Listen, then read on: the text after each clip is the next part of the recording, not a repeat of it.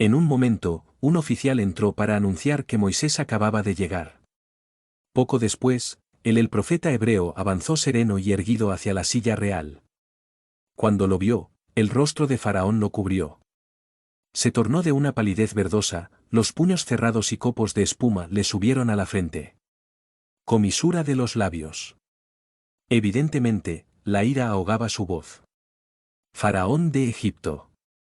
Vengo a responder a tu llamada, dijo Moisés, deteniéndose, con una voz que apenas disfrazado el sabor del triunfo. ¿Quieres confirmar lo que el pueblo exige en las calles, es decir, que, finalmente se somete al mandato de Jehová al dejar ir a su pueblo? Silencio absoluto. Todos los ojos se volvieron ansiosamente hacia Faraón, quien, de pie, cruzó los brazos.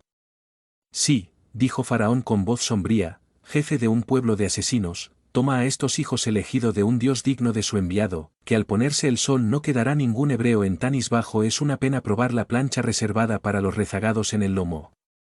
Y tú, el más miserable de súbditos, una última palabra, ingratos, educados y sostenidos por Egipto, colmados de honores y ciencia, a ti, que enmascaras la ingratitud con el nombre de un Dios, para torturar este patria, cubriéndola de ruinas y cadáveres, digo, a este Dios que os envía lo convoco por juez y vengador. Vagas sin descanso, sin encontrar lugar para erigir el trono que codicias. Es que la sangre de las víctimas de la peste y la daga cae sobre ti.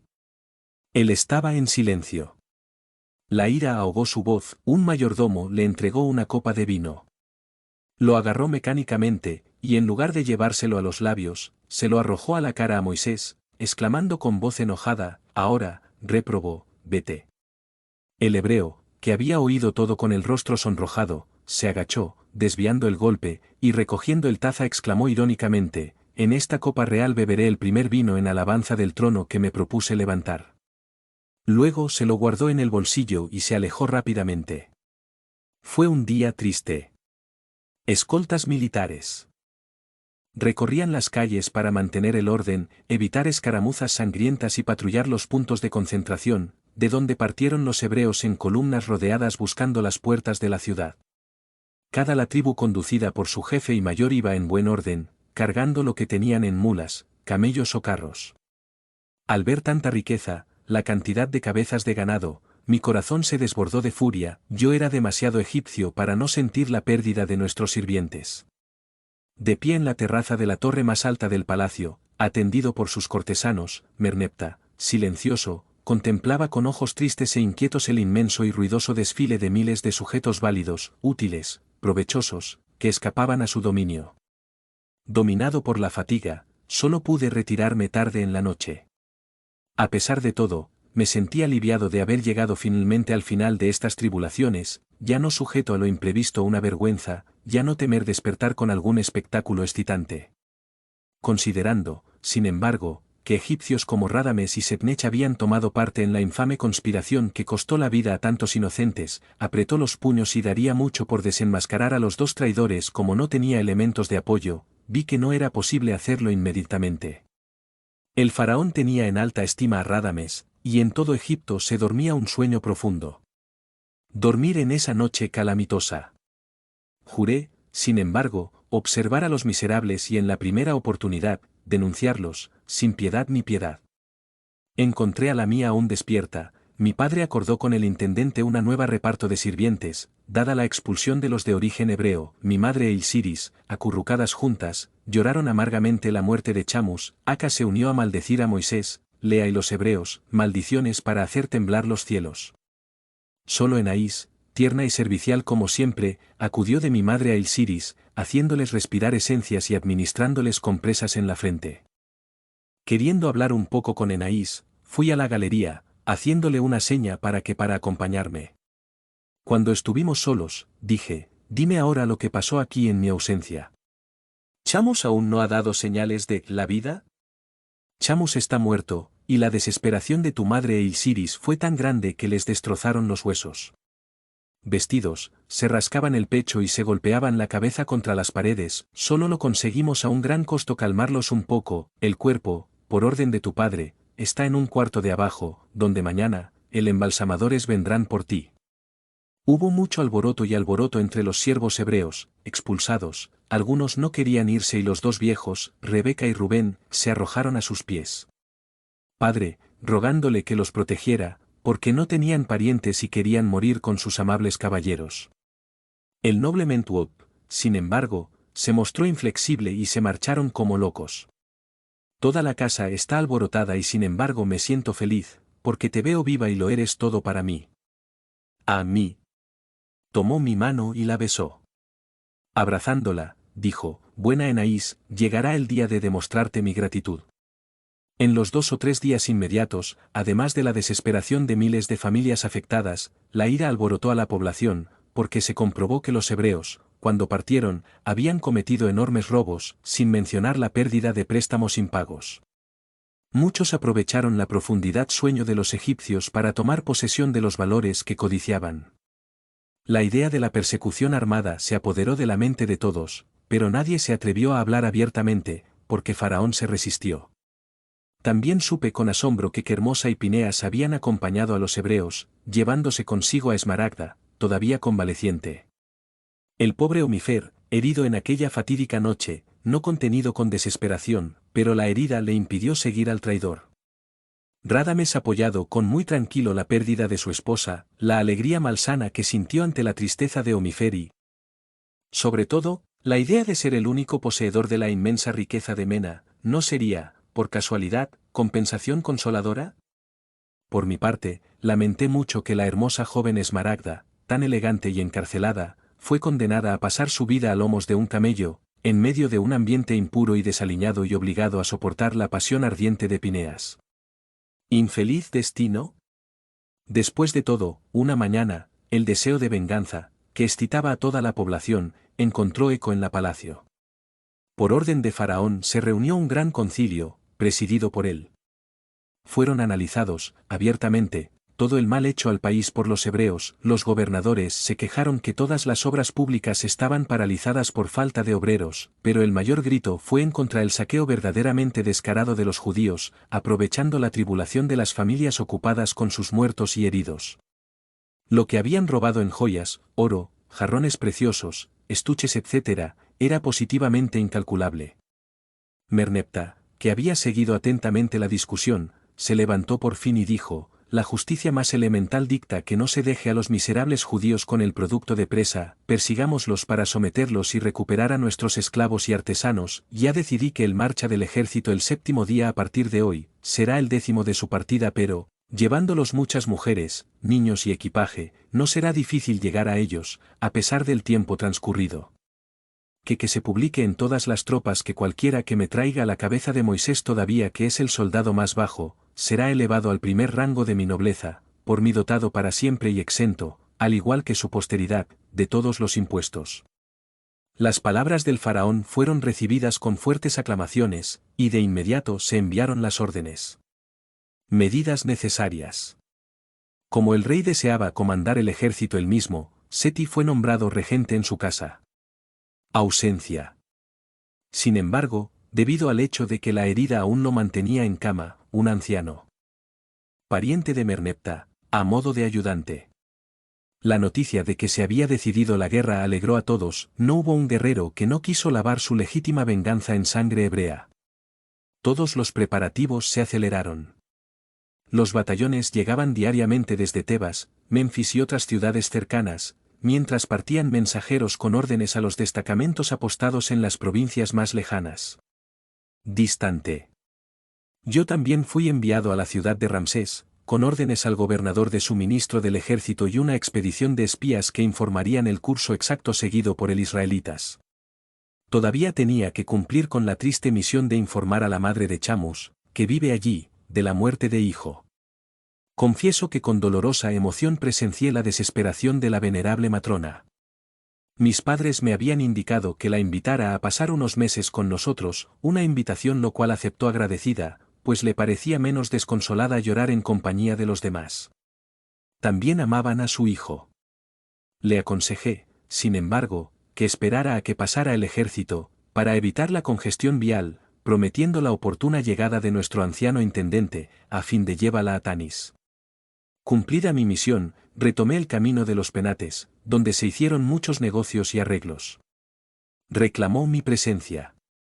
Cruzando de noche una llanura cerca de Ramsés, encontré a un viejo vaquero que jugaba unas mulas exhaustas, en una de las cuales iba montada una mujer envuelta en un tupido velo. Lanzado una curiosa mirada a la singular caravana fantásticamente iluminada por la luna, cuando, de pronto, la mujer gritó y me llamó por mi nombre. Sorprendido y asombrado, detuve al animal, pero la mujer ya se había quitado el velo y entonces reconocí el hermoso semblante de Esmaragda. ¿Aquí? ¿Cómo así?, exclamé, saltando del caballo y estrechándole la mano. Debes saber que el desdichado de Pine me ha secuestrado drogado con alguna. Terrible filtro, respondió con ojos brillantes. Cuando me desperté, estaba en una tienda de campaña en medio de campamento hebreo. Entonces me habló de su amor y me dijo que debía acompañarlo y vivir con él por el resto de mis días. Mis días, entre la gente inmunda. Aprovechando un momento favorable, saqué el daga y lo mató. Mira, Nechou, y diciendo esto, sacó un puñal de su pecho, cuya hoja mostraba manchas negras mostrándomelo con salvaje alegría, es la sangre de Pineas. Cuando lo vi por ahí suelo, con las mejillas contraídas y la sangre brotando de mi pecho como una fuente, huí y deambulé sin rumbo por los campamentos, buscando una salida, hasta que, cerca de las últimas tiendas, encontré a un hombre de aspecto imponente y fisonomía atractiva, debió ser un líder, porque varios ancianos lo siguieron. Reverente. Este personaje me detuvo para preguntarme quién era y de dónde estaba huyendo de eso. Conducta. Así que caí a sus pies, le confesé la verdad y le pedí que me dejara ir. Me preguntó sobre mi familia y parentesco, y cuando mencioné a mi abuelo, se estremeció y parecía meditar profundamente. Después de unos momentos que parecieron una eternidad, se pasó la mano por la frente, se levantó y dijo amablemente, «Estás casado, vuelve a tus deberes, la ley de mi Dios condena el adulterio, y no permitiré en mi campamento secuestros o violencia, como, sin embargo, es arriesgado una hermosa joven viajando solo, le daré un conductor». Habló a su séquito en su propio idioma y siguió caminando, ofreciéndome su mano a modo de despedida. Después de un corto tiempo, llegó este anciano. «Estas mulas que ves allí y déjanos ir. Dime dónde puedo encontrar a Omifer, porque no quiero volver a la casa de Radames. Si puedes, llévame allí». Completamente angustiado, monté mi caballo. Así Pineas, el gran sabio, el hombre triste y laborioso estaba muerto, asesinado por la diminuta mano blanca de aquella mujer esbelta y graciosa, ¿qué fatalidad vigorizaba? Durante el viaje, le hice a Esmaragda un breve relato de hechos que ella no conocía, la herida de Omifer, la persecución que se preparaba, y ella me rogaba entonces, que la condujese en secreto a la casa de su amigo, donde se quedaría hasta que Radamés se fuera, a lo que yo accedí.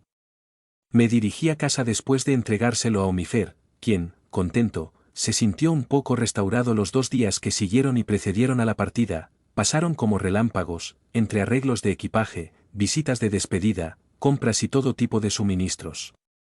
En la víspera del gran día, el mayordomo de Omifer me trajo 2 magníficos caballos, acompañado de una carta en la que me pedía aceptar los animales admirables para el servicio de campaña. El día de la partida me levanté muy temprano y terminé de vestirme, dispuesto a buscar a mi padre, cuando Enaís vino a mi habitación muy abatida y bañada en lágrimas.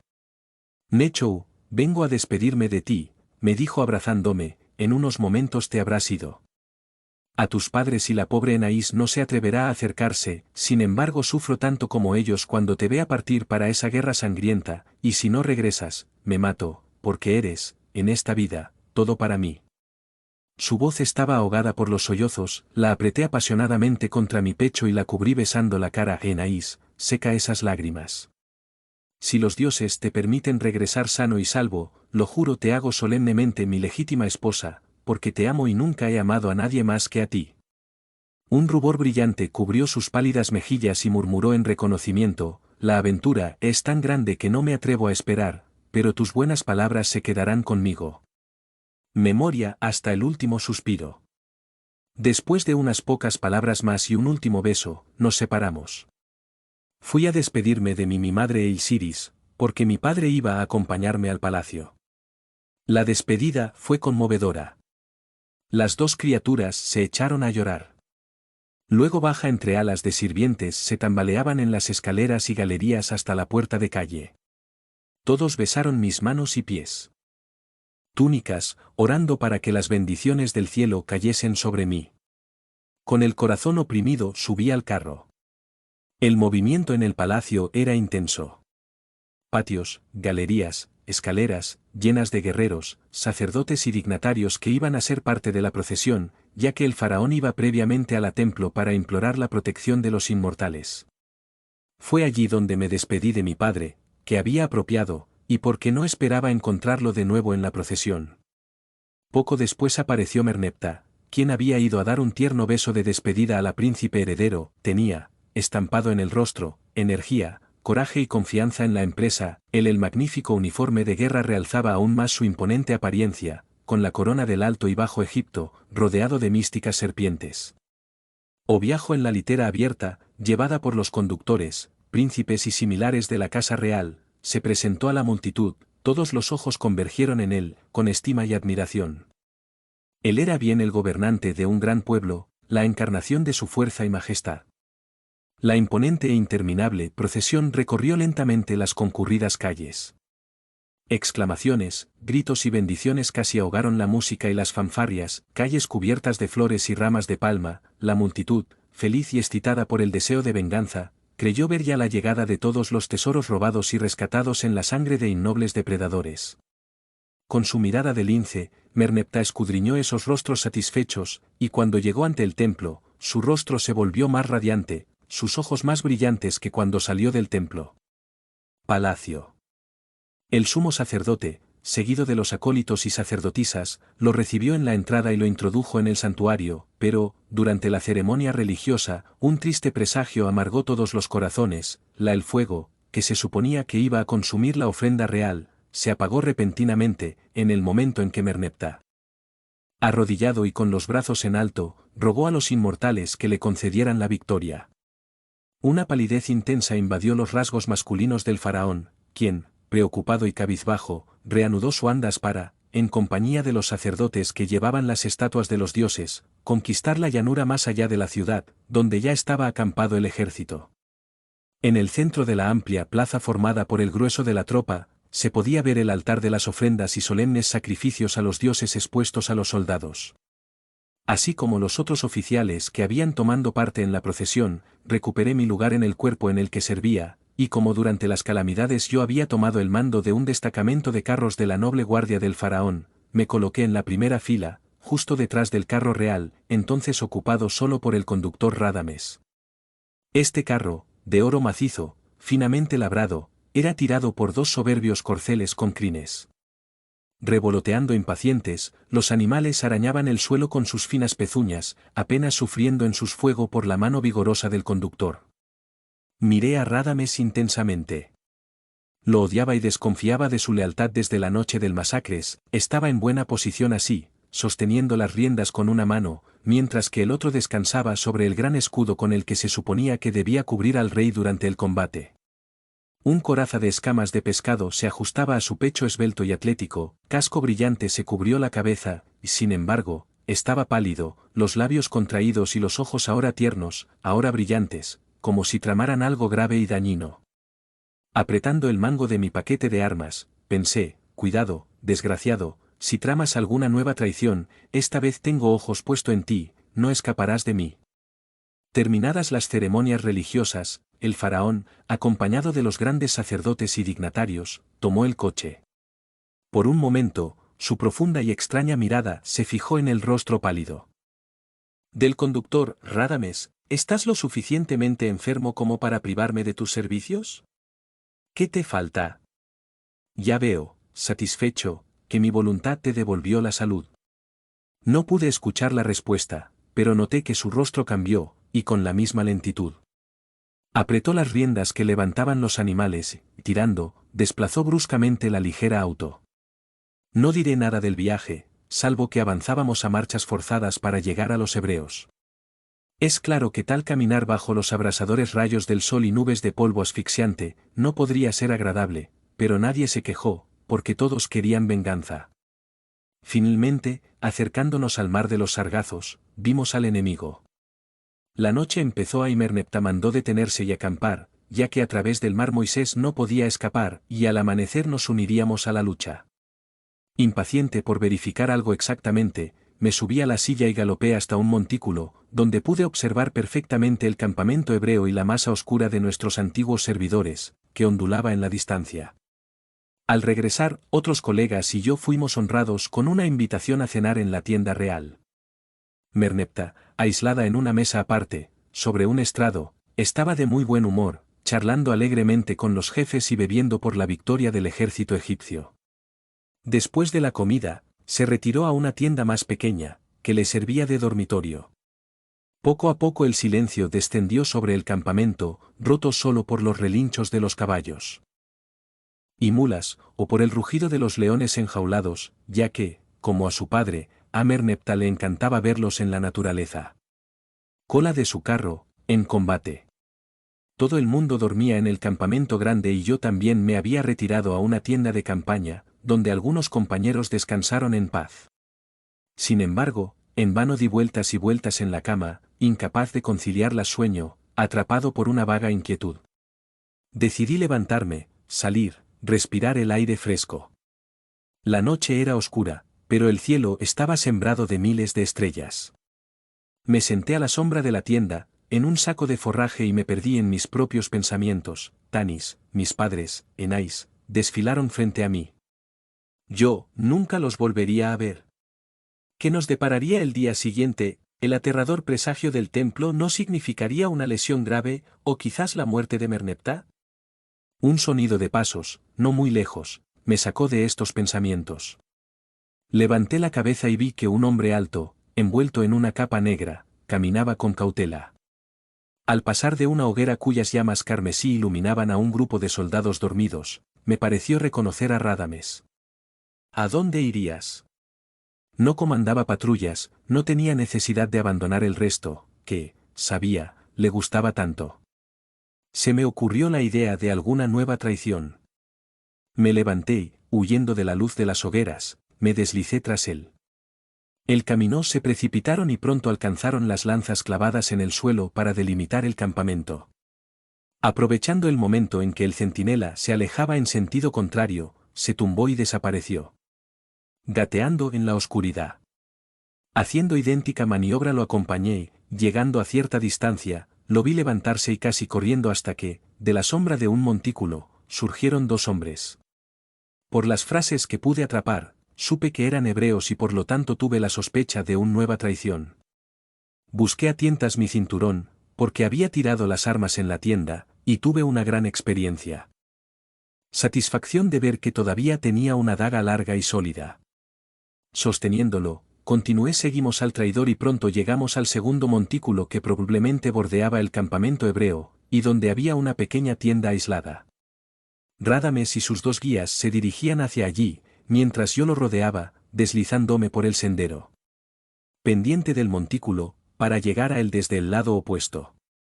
Pegado al suelo, lo hice con la punta de la daga un pequeño agujero en la lona de la tienda y comenzó a sondear el interior. A la luz de una antorcha atada a un tronco enterrado en el suelo, vi a Moisés en persona, sentado una mesita de madera blanca, y encima una caja ricamente tallada.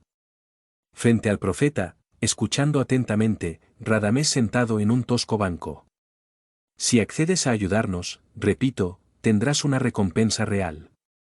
A ver si me puedes desenredar, esta noche, de Merneptah, está loco, obstinado, quien incumple su palabra prometida. Solo para los tuyos promete, tomarás este caso, lleno de riquezas, pero habiendo quitado a Merneptah, pondré en tus manos una fuerza invisible que se ensañará a tus pies con tantos hombres como quieras dominar. Sacó de su pecho un anillo con una piedra brillante y añadió, mira esta joya preparada por un gran mago, tiene el poder de obligar a todas las voluntades por ella subirás paso a paso, al trono de los Ramsesidas, Seti morirá, y serás tú quien la gente elegirás a tu sucesor, pues el anillo conquistará corazones y te dará tesoros imperecederos, comparables a las cuales las de Faraón no son nada. Guardó silencio, pero su mirada de fuego no se apartó del rostro de Radamés, en el que se reflejaban sus ojos. Codicia ardiente y orgullo estúpido. Extendiendo ansiosamente su mano, dijo, dame esta piedra, enséñame a producir oro a voluntad y esta misma noche Merneptah morirá. Moisés sonrió, pongamos las condiciones, uno de mis fieles compañeros te acompañará hasta el mediodía. Camino, y le darás la cabeza de Merneptah, o si no, siempre que los gritos soldados egipcios desesperados me anuncian su muerte, seguramente, vendrás a recibir el anillo magia. En cuanto al poder de crear tesoros a voluntad, te daré una prueba, mira. E indicó un montón de grava en forma de pirámide en una esquina de la tienda. ¿Ves esas piedras? Fíjate en tu transformación. Se levantó, con la mirada fija y el ceño fruncido, levantó el anillo, describiendo círculos alrededor de sus ojos. Los ojos de Radames. Noté, sorprendido, que el rostro del traidor comenzó a mostrar estupefacción y terminó por esbozar la alegría más frenética. Oro. ¿Qué es lo que veo? Lingotes de oro. Al principio no entendía qué pasaba, porque las piedras que estaban allí no habían sido transformado. Pero pronto pensé que el traidor ciertamente había sido envuelto, porque, con las características alterado, con los ojos muy abiertos, dijo sin aliento, no dudo de ti. Dentro de 2 horas entregaré a su adjunto el jefe de Merneptah. No oyendo más, me lancé del montículo al campamento, como un ciervo montado en un selva completa. Sin aliento y cubierto de sudor, llegué a la tienda real, y sabiendo los centinelas, no tenía dificultad para entrar y acercarse al rey, que estaba profundamente dormido. Me arrodillé y lo toqué. En el brazo despertándose sobresaltado, preguntó, ¿qué pasó? ¿Eres tú, Nechou? Dime qué te trae por aquí.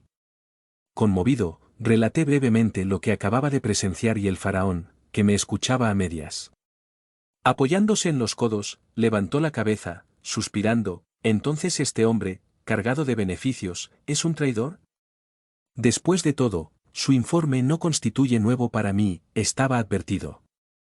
La víspera de nuestra partida de Tanis, Esmaragda me preguntó una audiencia secreta y me relató la conducta innoble de Radames durante las calamidades, así como las vehementes sospechas de su convivencia con los hebreos, durante la noche de la matanza. Ahora veo que la joven hizo bien en advertirme. Quiero, sin embargo, atrapar a los miserables en el acto de intentar, dame mi puñal y escóndete detrás de esa cortina mientras voy a pretender dormir con el corazón palpitante. Me escondí en un pliegue de la gruesa cortina fenicia que rodeaba el cama, agarrando el paquete de armas en sus manos y listo para abrir la cabeza del traidor si el rey se demoraba. Para sostener su brazo. Pasaron momentos que me parecieron siglos de muda angustia, todos los sentidos intensamente concentrado, observé. Faraón había vuelto a cerrar los ojos, conservando la daga escondida bajo la piel de león con la que se cubrió. Parecía dormido. De repente me estremecí, toque muy ligero en la pared de la tienda, seguido inmediatamente por un ligero ruido y lo vi aparecer a la luz de la lámpara una figura que avanza hacia el lecho real, en actitud cautelosa, era Radames. En su mano un cuchillo ancho y corto. El rostro lívido y contraído reflejaba todas las malas pasiones. Se inclinó hacia el rey y levantó el brazo, mientras yo, con el corazón desbocado, blandía el hacha, pero la escena fue tan rápida que yo estaba tirado, mirando fijamente y como si me llevaran a la terrestre. Tan pronto como vi caer el cuchillo de Radames, brillando, en un instante, Merneptah lo detuvo. Brazo, saltó de la cama, derribándolo de un tremendo golpe, le clavó el puñal en el corazón. Tan rápida y silenciosa fue la escena que los centinelas no se dieron cuenta del sombrío drama que se desarrollaba. En la tienda real. Por un momento, Radames permaneció de rodillas, su rostro petrificado por la angustia, desvaneciéndose. Si en sangre, luego rodó sobre la piel de tigre que cubría la tienda. Faraón se hundió en una silla, pálido, con una mirada sombría. Con voz sombría, murmuró, ¿qué prueba me pusieron los dioses? El más querido de mis súbditos, de todos siervos, los más cercanos, cargados de honores y depositarios de mi confianza, traicionadme y atentado contra mi vida. Con manos temblorosas, llené una copa de vino y se la presenté al faraón, pero un espectáculo lo inesperado nos hizo estremecer a ambos, haciendo caer la mano ya extendida de Merneptah. Es que los heridos acababa de ponerse de rodillas. Lívido, con los ojos muy abiertos, se dirigió al rey con los ojos Brazos ya flácidos abrazaron sus piernas. Mi señor y benefactor, murmuró con voz débil y desvanecida, perdóname, déjame, lleva tu mano a los labios fríos, no me abandones a la hora de la muerte, estás vengado. En el rostro de desfigurado de Merneptah. Infeliz, dijo extendiendo la mano, ¿qué hiciste? ¿Por qué obligaste a esta mano a lastimarme? Sin embargo, te perdono, muere en paz.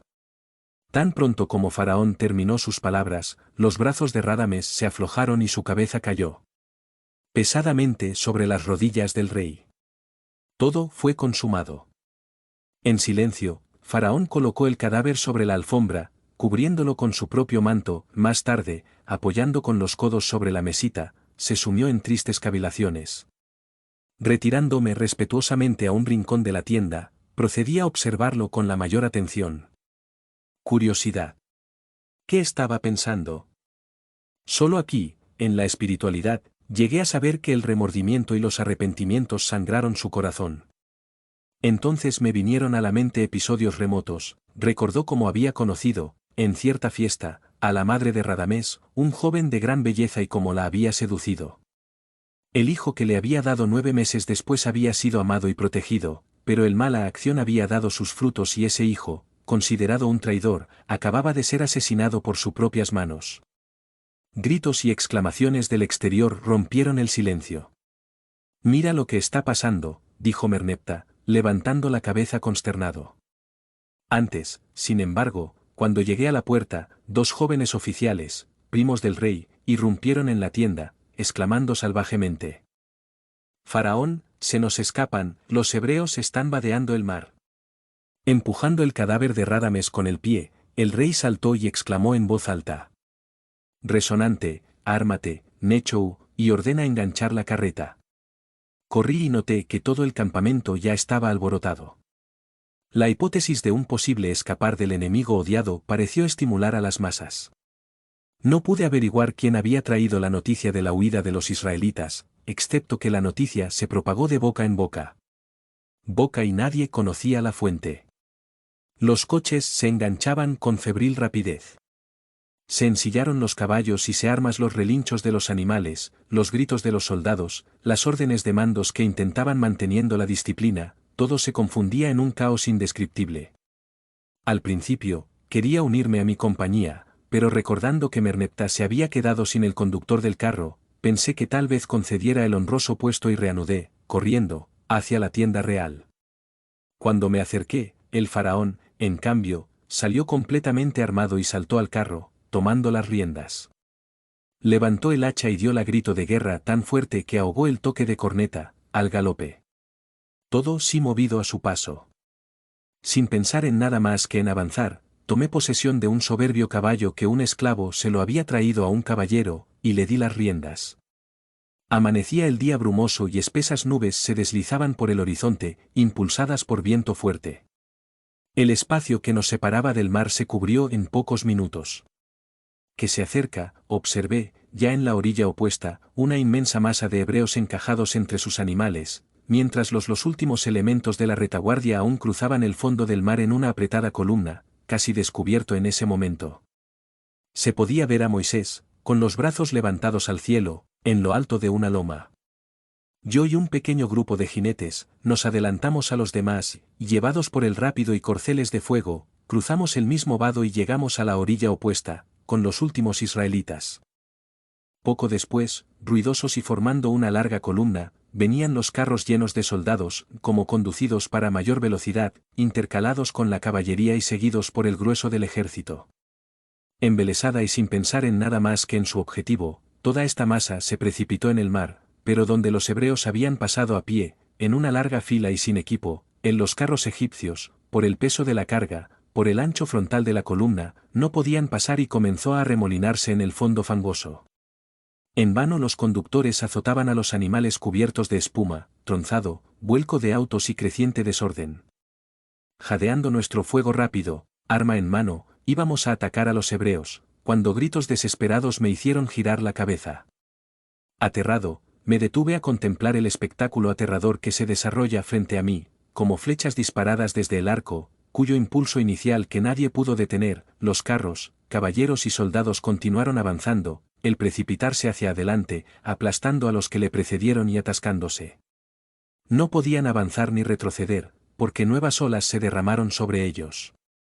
Confusión de hombres, animales y autos chocando y se aplastan unos a otros, y por todas partes gritos de angustia y dolor.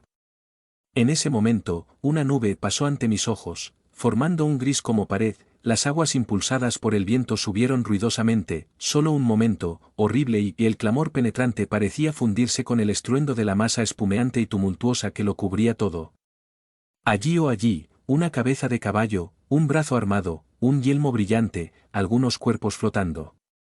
Luego no vi nada más, mi visión se nublaba, mi cabeza daba vueltas, me caí del caballo.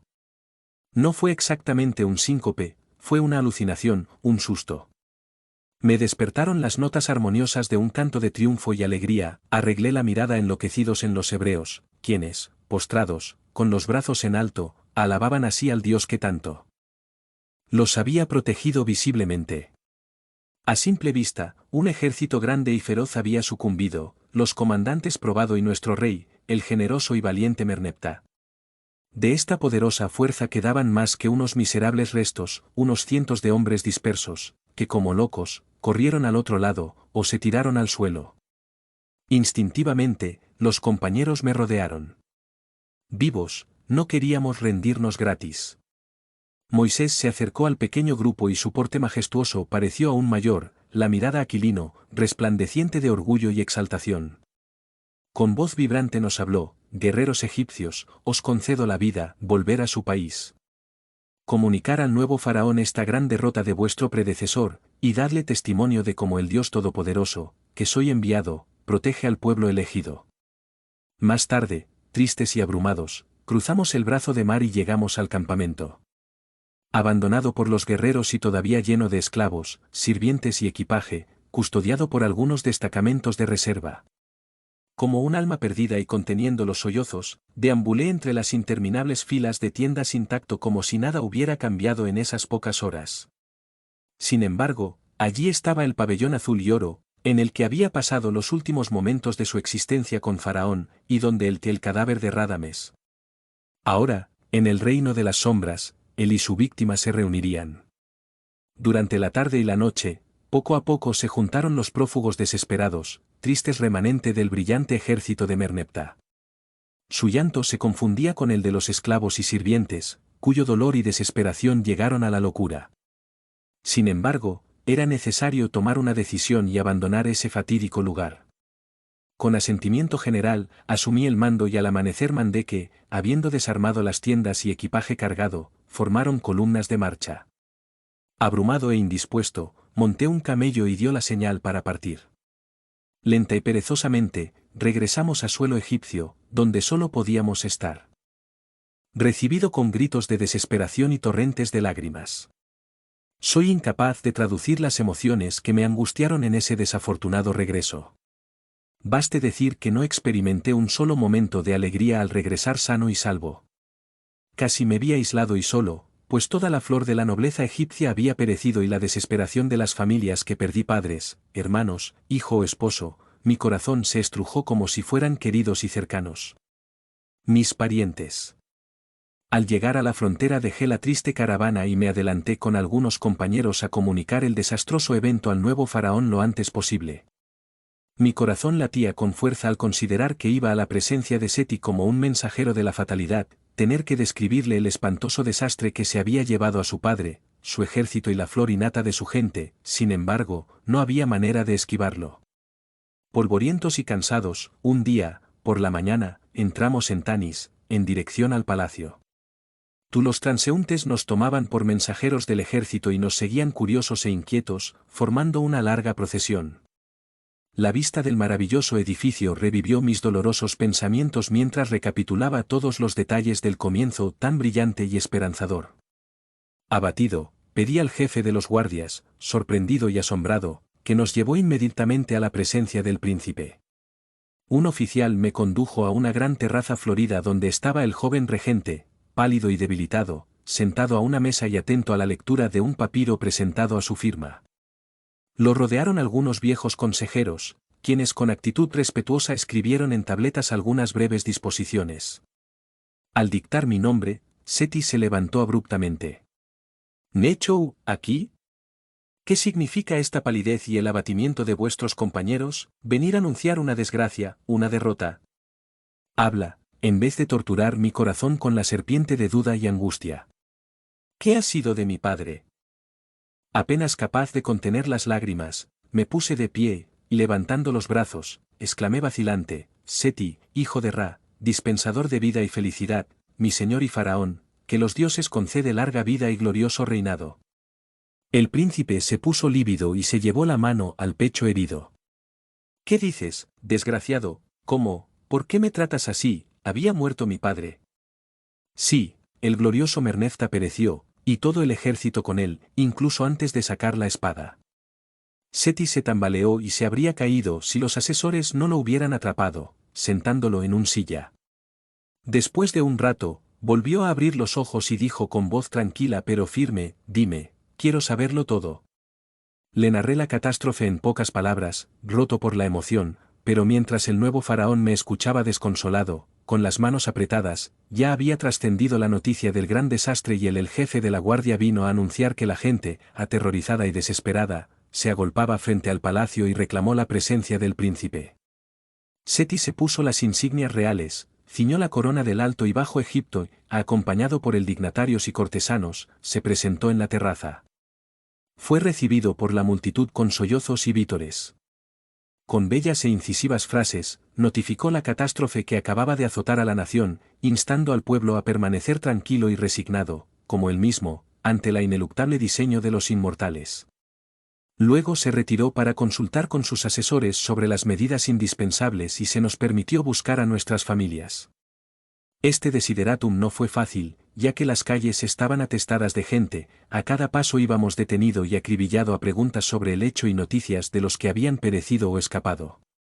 Le agradecí a Osiris cuando, finalmente, las puertas de la casa de mi padre se cerraron detrás de mí y las lágrimas de alegría de mis padres y la mirada radiante y húmeda de Enaís me hicieron experimentar, por primera vez después del desastre, que la vida todavía tenía mérito para mí. Habiendo dominado las primeras emociones y satisfecho completamente la curiosidad general, decidí, a pesar de estar cansado, va a la casa de Omifer, para informarle de la muerte de Radamés. Allí, el viejo intendente me informó que, después de que el ejército se había ido, Omifer se había retirado a una casa de campo, distante algunas leguas de la ciudad, donde se mantenía en completo aislamiento, sin salir y sin recibir a nadie. Así que tuve que posponer la visita y solo fui al día siguiente. Pensé que el aislamiento se debía a la presencia de Esmaragda, que sin duda estaría allí. Asesinada, también porque yo sabía, por mi padre, que ella no había ido al palacio de Mena, donde había muerto una hermana de Radamés y la madre seguía postrada en cama, gravemente enferma. En todo caso, estaba seguro de que las noticias que traía me brindarían la más cálida de las bienvenidas. Situada en una pequeña arboleda de palmeras, bordeada por un gran jardín, como si fuera perdido entre rosales, la casa de campo de Omifer era una encantadora villa. El viejo esclavo que me dio recibido solo accedió a entrar después de mucha insistencia. Finalmente apareció Omifer, inquieto y estimado. «Nechou, ¿eres tú?», exclamó palideciendo. «¿Por qué has vuelto y cuáles son tus motivos?». «Trae aquí». Expliqué brevemente la situación. Profundamente conmovido, me estrechó la mano, diciendo: «Esmaragda está aquí, vamos a buscarla para que pueda conocer los detalles de esta tragedia». Me llevó a una pequeña terraza, donde Esmaragda estaba sentada en la mesa del comedor, igualmente inquieto y nervioso. Omifer corrió hacia ella, abrazándola, murmuró con emoción: «Eres libre. Finalmente, podré casarme contigo». La joven dio un grito: «¿Radamés murió?». «Sí», respondí, «y una muerte muy triste». Relaté en detalle todos los tristes acontecimientos que había presenciado y de los que aún no había oído hablar. Había llamado la atención de la pareja amorosa.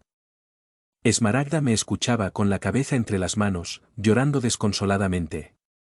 ¿Eran esas lágrimas de alegría por ser libre? ¿O sería causado por circunstancias trágicas de la muerte de su marido? Nunca podría saber. Meses después, celebraron sus esponsales y partieron hacia Tebas. También mi historia de amor se resolvió mejor de lo que podría haber esperado. El carácter dulce, atractivo y servicial de Enaís le había ido ganando poco a poco el aprecio de todos mis parientes, y cuando me aventuré a hablar de matrimonio, a mi padre le importaba una mierda oposición. En cuanto a los prejuicios maternos, logré vencerlos a cambio de súplicas. Enaís se convirtió pues, mi mujer y, durante 8 años, mi vida no fue más que un rosario de felicidad, pero el advenimiento del tercer hijo fue fatal para Enaís, quien murió dejándome en la desesperación. Un amigo que me visitó la misma tarde de su muerte, impresionado con mi dolor ante la pérdida irreparable, me aconsejó buscar, para embalsamar un mago sabio que vivía fuera de la ciudad y poseía un maravilloso secreto, gracias al cual las momias conservaron frescura absoluta y apariencia de vida, y afirmó haber visto el cuerpo de la novia desde su hermano, embalsamado por la sabia Cólquida. El consejo me animó un poco, si el informante decía la verdad, al menos tenía consuelo de contemplar, siempre que quisiera, el rostro encantador de mi amada muerta. Más que rápidamente, tomé la litera y fui a buscar al mago. Me detuve frente a una cueva excavada en la roca, en cuyo pórtico estaba sentado un hombrecito negro, preparar manojos de hierbas secas. Respondiendo a mi pregunta, dijo que la sabia Calquis estaba en casa y llamó a otro sirviente para guiarme. Primero crucé una cueva llena de hierbas, vidrio y instrumentos de formas extrañas, luego un pequeño corredor abovedado y una segunda gruta más pequeño, iluminado por unas cuantas antorchas y casi vacío, varias salidas parecían ocultas por persianas de cuero. Junto a una enorme mesa de piedra oscura, estaba sentado el sabio, leyendo un papiro a la luz del lámpara. Cuando me vio, se levantó tosiendo y me miró con ojos escrutadores. Era un hombre alto, delgado y algo encorvado, su barba blanca caía sobre su túnica negra y una gorra egipcio escondió parte de la frente. Intercambiamos saludos. Me preguntó el motivo de mi visita. Me estremecí y lo miré con curiosidad. ¿Dónde había oído esa voz de timbre metálico? ¿Dónde has visto ese rostro pálido y anguloso, esos ojos oscuros y profundos? Está bien, no fui yo extraño, pero no sabría decir cuándo, dónde, en qué circunstancias nos conocimos. Él tampoco pareció reconocerme y fijó cuidadosamente el precio y los términos del embalsamamiento de Enaís. Estuve de acuerdo con todas sus demandas y prometí enviarle el cadáver esa misma noche. Mientras esperaba con impaciencia el resultado del trabajo de Calquis, un triste episodio se extendió en Tanis con mayor impacto. Omifer y Esmaragda habían ido allí para asistir a la boda de un primo. Ambos compartieron sinceramente mi dolor, ya que nos visitábamos a menudo. Una mañana, un esclavo vacilante vino a decirme que la joven acababa de expirar, después de 18 horas de agonía, como resultado de la mordedura de una serpiente escondida en una canasta de flores que le trajo un extraño. Sintiendo lástima de mí mismo, fui a visitar a Omifer, quien me contó el deplorable suceso. Para consolarte un poco en su triste desesperación, le aconsejé que se confiara igualmente a Cólquida, la embalsamamiento de Esmaragda. Lo conocí demasiado tarde para salvar a Enaís, agregué, pero el conocimiento es inmenso y dicen que conserva el cadáver con todas las apariencias de vida. Esta mañana me mandó a avisar que le enviara el ataúd y en 2 o 3 días podría traer la momia de mi mujer. Ven conmigo, conocerás su casa y juzgarás por ti mismo la habilidad de este hombre. Mago, y si es conveniente encomendarle el cuerpo de su esposa, le reiteré, convencida. Estuvo de acuerdo y nos fuimos inmediatamente. Respondiendo a mi pedido de que le mostrara su trabajo a su amigo, Calquis nos llevó a pequeña habitación donde había un bulto alargado cubierto con un paño de seda. Encendió un poco antorchas y luego quitó el velo, haciéndonos una señal para que nos acercáramos. Con un grito mezclado de alegría y desesperación, caí de rodillas. Allí estaba Enaís tendida como si estuviera viva, la tez oscura y transparente conservaba todo el aterciopelado natural, los labios, la cara, el esmalte natural de los ojos, teso parecía mirarme. Si no hubiera sido por las bandas que lo envolvían hasta el cuello, podría haberme engañado a mí mismo y supongamos que mi amado se iba a levantar, como vestido de fiesta. Sage Calquis, te doy las gracias, dije por fin, mientras me levantaba, con excepción de la vida, que es un regalo de los dioses. Me lo devuelves como lo amaba. ¿Cuándo puedo enviar por el ataúd? Mañana por la mañana, respondió. Me despedí dejando al mago con Omifer deslumbrado. La vida en Tanis se me hizo insoportable, decidí dejar el servicio y trasladarme a Tebas con el cuerpo de Enais, que quise depositar en la tumba de mis antepasados, allí definitivamente estableciendo, porque mi buen padre había fallecido recientemente. Ilsiris se casó con un joven sacerdote de Heliópolis, donde vivía, y mi madre, sola, quería a mi compañía, pero por nada de este mundo dejaría el lugar donde su amada Mentuo. Pasaron más de 12 años y no me volví a casar, dedicándome únicamente a educación de los 2 hijos y de la pequeña Enaís, que había heredado la belleza y bondad de su madre. Una tarde, volviendo del cementerio, donde había tenido lugar una pomposa ceremonia y donde había tardado un rato en la tumba de la familia, al cruzar el río atascado, mi embarcación chocó tan torpemente con otro, que se hundió. Mal nadador, grité y luché por un rato, pero él. La oscuridad impidió que los compañeros me localizaran, mientras el agua se precipitaba en mis oídos y por mi boca, asfixiándome. ¿Aflicción horrible? Su cabeza daba vueltas, todo giraba y silbaba a su alrededor.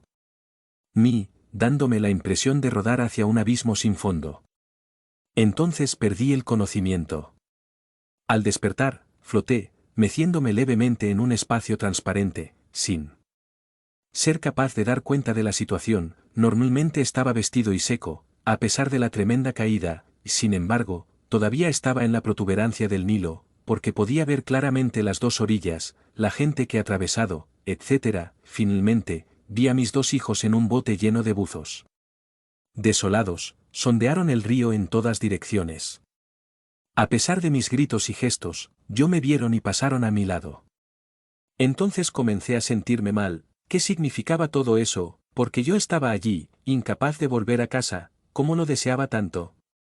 ¿De dónde salió esa extraña multitud, que pululaba a mi alrededor balanceándose en el aire, o sobre las olas y hasta en el fondo del río? Reconoció a varios de los que estaban allí, pero todos ellos habían muerto hacía muchos años. Tenía un intenso deseo de irme del lugar. En un instante, pensé que estaba subiendo espacio, pero un dolor agudo en el cerebro y un calor que parecía consumir el cuerpo me aturdió completamente. Cuando recuperé la conciencia, noté que todavía estaba sobre el agua, pero el paisaje había cambiado. El edificio grande y sólido rodeado de palmeras, que se reflejaba en las olas transparente, era el templo de Isis en Tanis. En la entrada, vagaba un hombre con la ropa rasgada y ensangrentado, retorciéndose las manos con desesperación, luego arrodillándose, golpeándose la cabeza contra el suelo. De repente me estremecí. Ese desgraciado era Mena, el pobre amigo desaparecido hace muchos años. ¿Años? Cuando la caravana a la que se había unido regresó a Tanis, el sobrino de nuestro mayordomo le dijo que, durante la travesía, Mena, extravagante y versátil como siempre, había cambiado de opinión y así, en lugar de acompañarlos a Siria, como se había acordado, se unió a otra caravana y siguió adelante. Hacia Babilonia. Desde entonces, nunca más se supo de él. Mena, exclamé, y al mismo tiempo un chorro de chispas salió disparado de mi cerebro. Va a tocar el suyo. Me vio y se acercó. Pobre amigo, ¿de dónde vienes y qué haces aquí? Yo pregunté. Luego me dijo que durante el viaje su caravana había sido sorprendida y atacada en la noche por una banda de malhechores, siendo él asesinado con un cuchillo. Cuando recobré el sentido, prosiguió, ya estaba aquí, de donde no puedo salir, obligado a contemplar el horrible espectáculo que me alucina. Ven conmigo, tal vez puedas ayudarme a liberar a Menchtu, finalizó, derramando lágrimas que parecían gotas de fuego. Como un loco, lo acompañé a un lugar alejado del templo, prohibido a los profanos, y allí, en una especie de celda cerrada por piedra enorme, vi a Menchtu, la infeliz sacerdotisa seducida por él. Parecía enloquecida, despeinada, con la ropa andrajosa, golpeándose la cabeza contra la pared de la angosto prisión tenuemente, iluminada por una lámpara suspendida de la bóveda, luego pateando un cántaro vacío, rodó por el suelo, mordiéndose los dedos con horribles gritos, intercalados con el nombre de Mena, a quien ahora invocaba apasionadamente, ahora maldecía por haberla abandonado. Impresionado con lo que vio, quiso ayudar a su amigo, que estaba haciendo un esfuerzo sobrenatural para quitar la piedra que sellaba la entrada. Esfuerzo inútil, nada conseguimos, aunque viendo todo lo que tuvo lugar en el interior. Ante mi impotencia, me desanimé, decidí dejar aquel lugar espantoso, y esta vez pude moverme más fácilmente. Como una hoja llevada por el viento, me resbalé atmósfera, frente a unas rocas parduzcas, me pareció que me detuve, y de repente recordé que allí había vivido el mago que había embalsamado a Enaís. Busqué la entrada pero no. Podría encontrarla pronto. Luego, noté que estaba amurallado por dentro y escondido por fuera. Con una piedra grande. Me sorprendió cruzar fácilmente este obstáculo y encontrarme en él dentro de la cueva, donde, por primera vez, había hablado con el sabio. Asombrado, observé todo, un amplio haz de luz azulada y chispeante iluminaba la habitación, centrándose en el centro, alrededor de un hombre sentado en el suelo, con los brazos cruzados. Uno un poco más arriba, conectado a él por una ancha banda de fuego, flotaba el doble de ese personaje, más transparente, más juvenil, pero en completa inmovilidad, era Cólquida. Lo miré sin nada entender todo eso, cuando una risa sarcástica y desdeñosa me hizo estremecer y solo entonces noté que, al lado del durmiente, había un ataúd con el cuerpo de Esmaragda, admirablemente embalsamado, con en la repisa sentada una segunda Esmaragda perfectamente viva y siguió riéndose. «Estás loco, Nechou, porque ya ni reconoces al miserable Pineas, fue el quien tomó la serpiente escondida bajo las flores, el que envenenó a Omifer para quedarse con mi momia». Queriendo evadir la responsabilidad, se puso en letargo para engañar a la divinidad, pero él despertará y esperamos ese momento, yo y todas las víctimas de su conocimiento mal utilizado.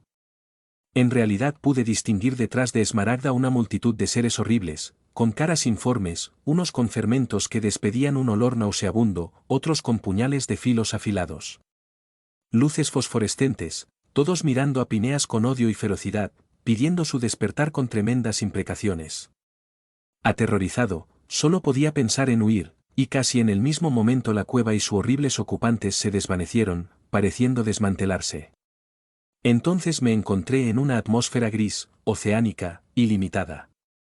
Cuánto tiempo permanecí, desesperado y solo, en ese desierto brumoso, no puedo decirlo, excepto que, en cierta ocasión, sin saber qué hacer ni a dónde ir, me dirigí a Osiris rogándole ardientemente que ayuda, libérame de esa situación miserable e inmerecida, porque estaba seguro de que no había cometido algún delito.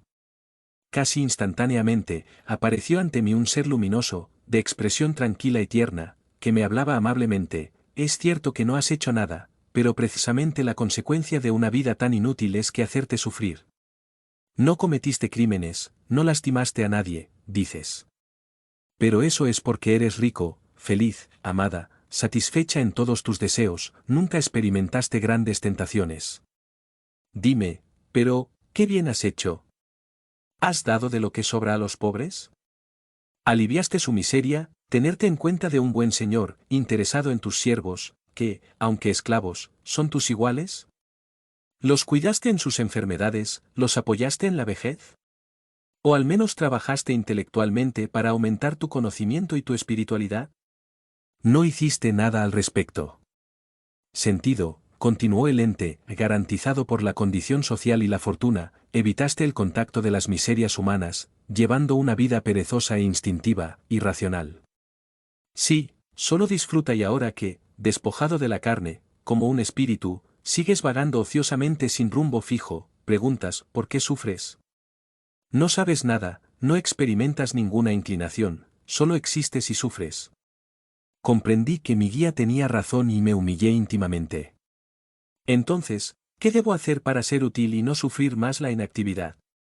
Ve y ora por todos los que sufren que encuentras, les aclara la condición misma en que se encuentran, háblales de arrepentimiento, persuadidlos para que busquen el consuelo del trabajo digno del espíritu, como obreros del universo, o expiación terrenal, porque la actividad, el arrepentimiento y el perdón de las ofensas son indispensables a todos los espíritus que aspiran al bien.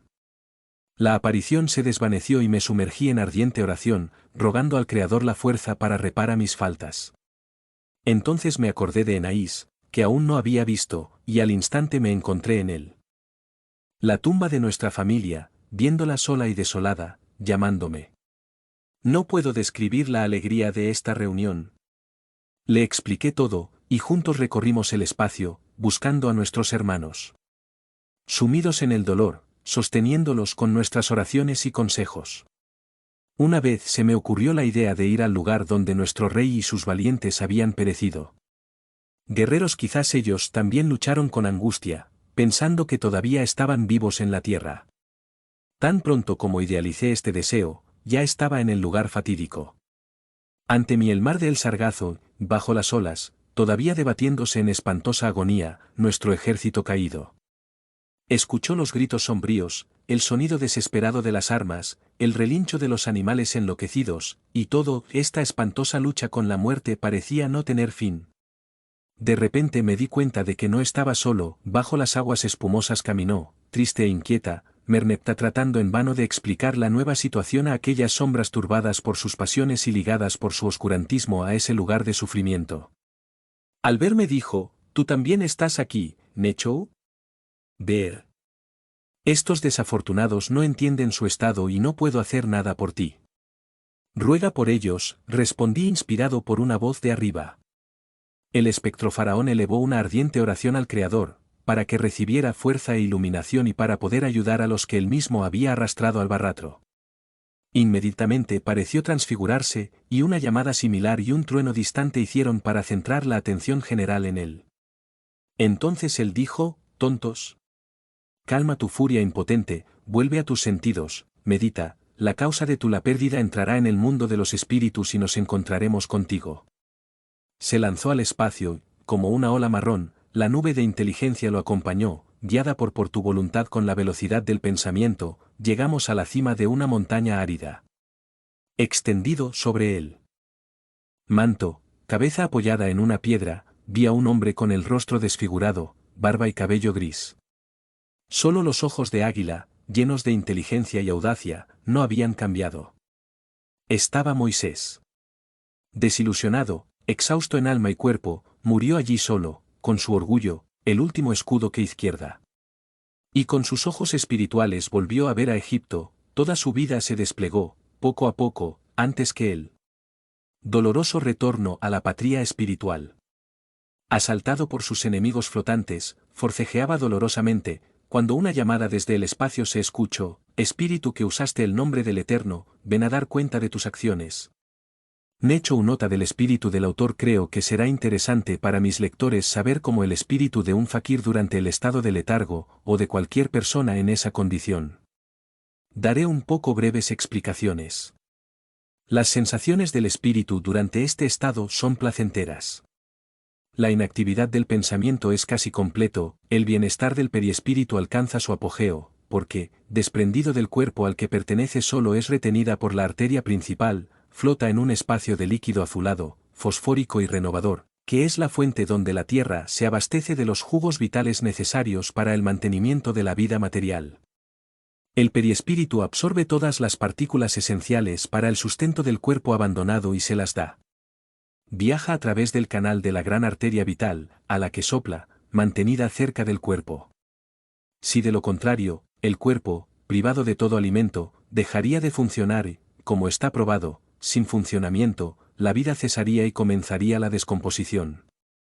En relación con el caso que nos ocupa, a pesar de un aparente estado de muerte, los órganos continuar ejerciendo todas las funciones indispensables para mantener la unión del cuerpo con el espíritu, permitiendo también a este último volver a entrar en el primero, si es necesario, activándolo como previamente. Sin embargo, este bienestar, esta bienaventuranza del periespíritu, solo se da cuando está separada del cuerpo, casi en su totalidad. En los casos de letargo, en los que los órganos son sometidos a estado de letargo, sin que el periespíritu abandone el cuerpo, el espíritu ve y oye todo lo que sucede a su alrededor y experimenta toda la angustia de su estado. Observación complementaria del espíritu del autor. Algunos amigos míos que leyeron esta obra manuscrita se asombraron de que en un país vigilado como Egipto, con el gobierno firmemente establecido, un hombre, cualquiera que sea, fue, además, su inteligencia y su audacia, se atrevió tan abiertamente a afrentar a todo un pueblo y a su rey, que tenía todos los recursos del poder, un ejército fuerte y apoyo sacerdotal, sin que lo hicieran arrestar y justificar como elemento peligroso, no solo para anular su prestigio o al menos consumir con él en secreto. En el supuesto de que a más de uno de mis lectores se le pueda ocurrir la misma idea, quise añadir al manuscrito la respuesta que di a esos amigos. No cabe duda de que, en su legislación, en el arte y hasta en la ciencia, Egipto había alcanzado alto grado de civilización, pero eso no impidió que la gente, con la excepción de unos pocos personalidades, permaneció en la mayor superstición, religión misma, protegida por la sacerdocio, de velos y misterios, eso es lo que él quería. Moisés, quien, hay que confesarlo, fue un impostor, porque usó las fuerzas de la naturaleza, desconocidas para la gente común, se había ganado para su persona tal halo de temible superstición, por una serie de hechos cuya narración excedería la imagen de una novela, que nadie entre la gente desconcertada sería capaz de levantar la mano contra él, para que el mago peligroso no destruya al temerario y a todos los que le pertenecen. Así, entre otros casos, un egipcio que había arrojado una piedra a la cabeza de Moisés fue a por él.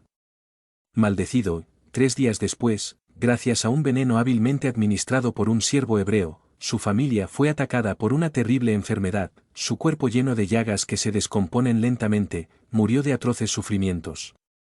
Idénticos hechos, por cierto exagerados por la voz popular, produjeron proezas extraordinarias. Cuando Moisés anunció a través de los israelitas que el día en que fue víctima de algún ataque el mundo terminaría, la multitud estúpida creía y lo habría defendido incluso contra los propios soldados. Merneptah y sus consejeros más ilustrados intentaron eliminarlo en secreto. Para evitar el pánico, un destacamento de soldados bajo el mando de oficiales escogidos, ordenó, una noche, cercar su residencia y cuando intentaban forzar la puerta, rompieron llamas de cada grieta. A pesar del peligro evidente, los guerreros, que eran veteranos, gente experimentada, se apresuró a entrar, pero cuando vieron a Moisés de pie en medio del fuego, con su ropa intacta, aureolada por una luz intensa, perdido el coraje por temor a lo sobrenatural, y huyó otra vez, 8 valientes oficiales juraron, ante mis ojos, que lo siguieron paso a paso hasta derribarlo, aunque les cueste la vida. Necho menciona en su testimonio que, una vez Moisés había desaparecido hacía mucho tiempo, había dejado a Tanis para supervisar personalmente sus propias determinaciones. Fue precisamente en esa ocasión que los funcionarios antes mencionados lo sorprendieron cerca de un pueblo cercano, acompañado únicamente por 2 hebreos. Se lanzaron sobre él. Los 2 israelitas cayó de inmediato y Moisés fue alcanzado por algunos golpes de daga, pero, cubierto ciertamente de algún escudo protector, resultó ileso y, luego, dando un salto hacia atrás, se retiró del gran cinturón de cuchillos, hiriendo al primer agresor, mientras que con un puñetazo repelió al segundo, mano para la punta del arma tocó el hombro del primero y su mano la frente del segundo, ambos cayeron como si golpeado por un rayo, la misma suerte tuvieron los demás. Solo uno escapó, que huyó como loco, viene a decirme lo que pasó. Envié por los cuerpos de los desafortunados soldados, que fueron encontrado horriblemente descompuesto, perceptible alrededor de las heridas, y el pequeño incisiones, que parecían rasguños, un círculo negro como quemaduras. Estos intentos y muchos otros fueron desatendidos, incluso por Necao. Exasperado, sin embargo, habría sacrificado la mitad de mis súbditos para detener al insolente y descargar sobre él mi venganza. Por lo tanto, siempre ordenaba nuevos intentos, hasta que finalmente uno parecía resultar eficiente. Moisés fue tomado por sorpresa, y llevado en secreto al palacio, y, atado de pies y manos, encerrado en un cuarto con 2 soldados y todo, las salidas custodiadas por destacamentos armados. Tenía la intención de hacerlo decapitar públicamente al día siguiente. Pero cuando, horas después, fue a buscarlo para que me lo presentaran, encontraron la habitación vacía, los 2 soldados profundamente dormido y las cuerdas y cadenas amontonadas en el suelo. No discutas conmigo narrar cosas imposibles. Para quien ha estudiado los fenómenos mediúmnicos, la explicación es necesaria para ella misma. Para los demás, recordaré un hecho perfectamente idéntico, consagrado por la Iglesia, el milagrosa liberación del apóstol Pedro, quien, liberado de sus cadenas, salió también de prisión, a pesar de los guardias apostados allí por Herodes. Este último hecho se hizo público, provocando un verdadero pánico. En cuanto a Merneptah, estaba convencido de que se enfrentaba a un hombre más que peligroso, no solo por su astucia, sino también por sus conocimientos, muy superiores a los de los sabios egipcios, que le hacían casi invulnerable, así que la fuerza de Faraón consistió en no ceder y luchar contra las calamidades, necesitando para ello de toda la confianza y estima que los súbditos dedicaban a su soberano, a mantener el orden entre las masas salvajes. Moisés, por otro lado, tenía miles de serpientes que reptaban por todas partes en cumplimiento de sus pérfidas órdenes. Será un error, sin embargo, creer que todo sucedió con calma, sin encuentros entre egipcios y hebreos. En realidad hubo numerosos asesinatos y hasta masacres parciales, solo nadie se atrevía a tocar en la persona de Moisés, por las razones antes mencionadas, tan poderosas, que Faraón, a pesar de su poder y su odio, no pudo abatir la cabeza insolente y ambiciosa, que en nombre del Eterno, sancionaba el robo y el asesinato, considerando buenos todos los medios conducentes al fin. Los monumentos egipcios silencian esta época de subversión y deshonra nacional, y que la Biblia relata que Moisés fue escrita por sus hermanos hebreos, parcial y animada únicamente por el deseo de exaltar la grandeza de su pueblo.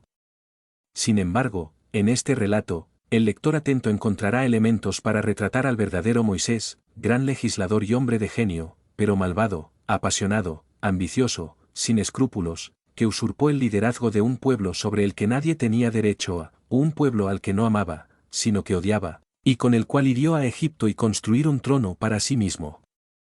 Es cierto que predicó la existencia de un solo Dios y por los 10 mandamientos estableció fundamento para la futura edificación de la cristiandad, pero también tendrá la responsabilidad de haber hecho al Creador del universo, el ser infinitamente grande, sabio y misericordioso, el Dios Antiguo Testamento parcial, vengador y sanguinario. Rochester. Fin.